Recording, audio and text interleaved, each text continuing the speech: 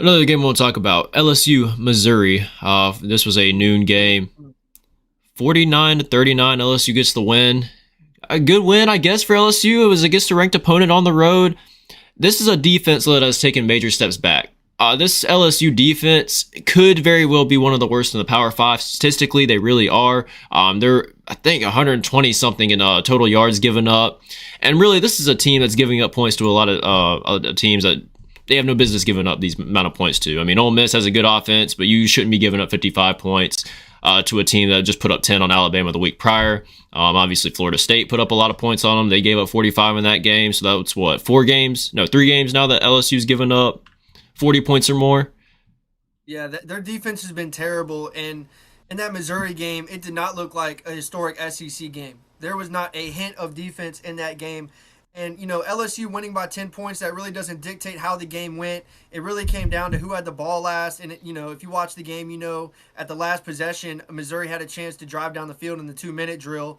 And there was a strip sack that LSU recovered. So the score did not dictate how the game goes. The LSU defense, Drew, what makes it really bad is they're not good at stopping the run or the pass. Yeah. They can't do either. Cody Schroeder from Missouri, former D2 All-American, had himself a day, averaging over 8 yards a carry against that LSU defense. Luther Brown, Missouri's #1 receiver, he leads the SEC in receiving yards. I think leads the college football in receiving yards. He was an absolute dog against LSU, but LSU's defense isn't doing anything to hold these guys back.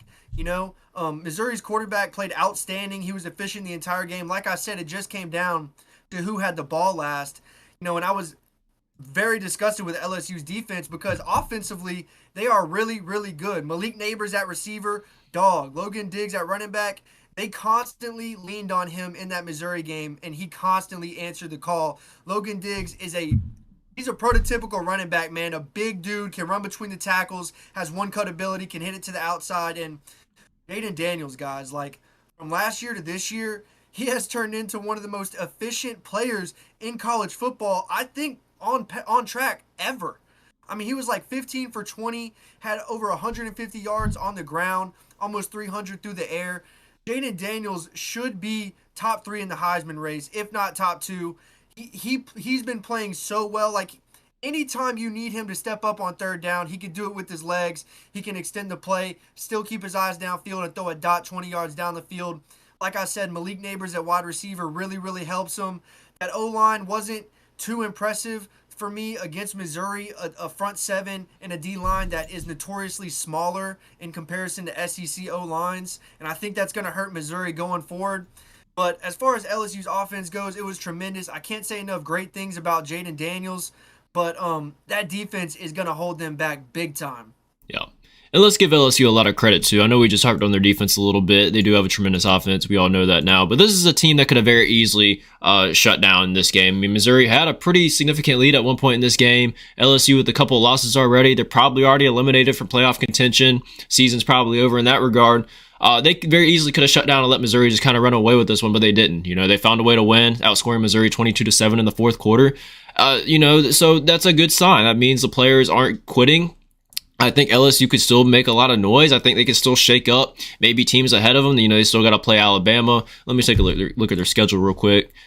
They still got to play Alabama. They play Florida, play Texas A&M.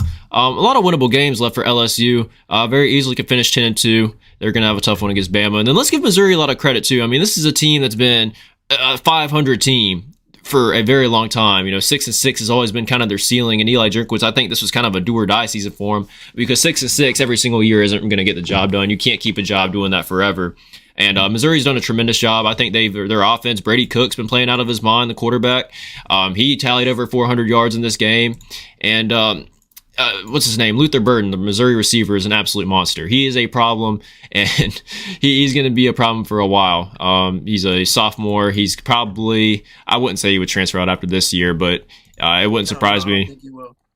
It wouldn't surprise me either to see him. Maybe Georgia try to get him because they tend to do that. But nonetheless, Missouri, they have a lot of opportunities to make up for that loss. They have games against Kentucky, which I think that's their next game. I think they play on the road at Kentucky next week. They still got to play Georgia. They still got to play Tennessee. And those aren't guaranteed wins for Georgia or Tennessee. I mean, this is a Missouri team that could really shock the world, and we almost saw it last year. A Missouri team that wasn't even as good as they are this year almost beat Georgia at home. So these are going to be interesting games coming up.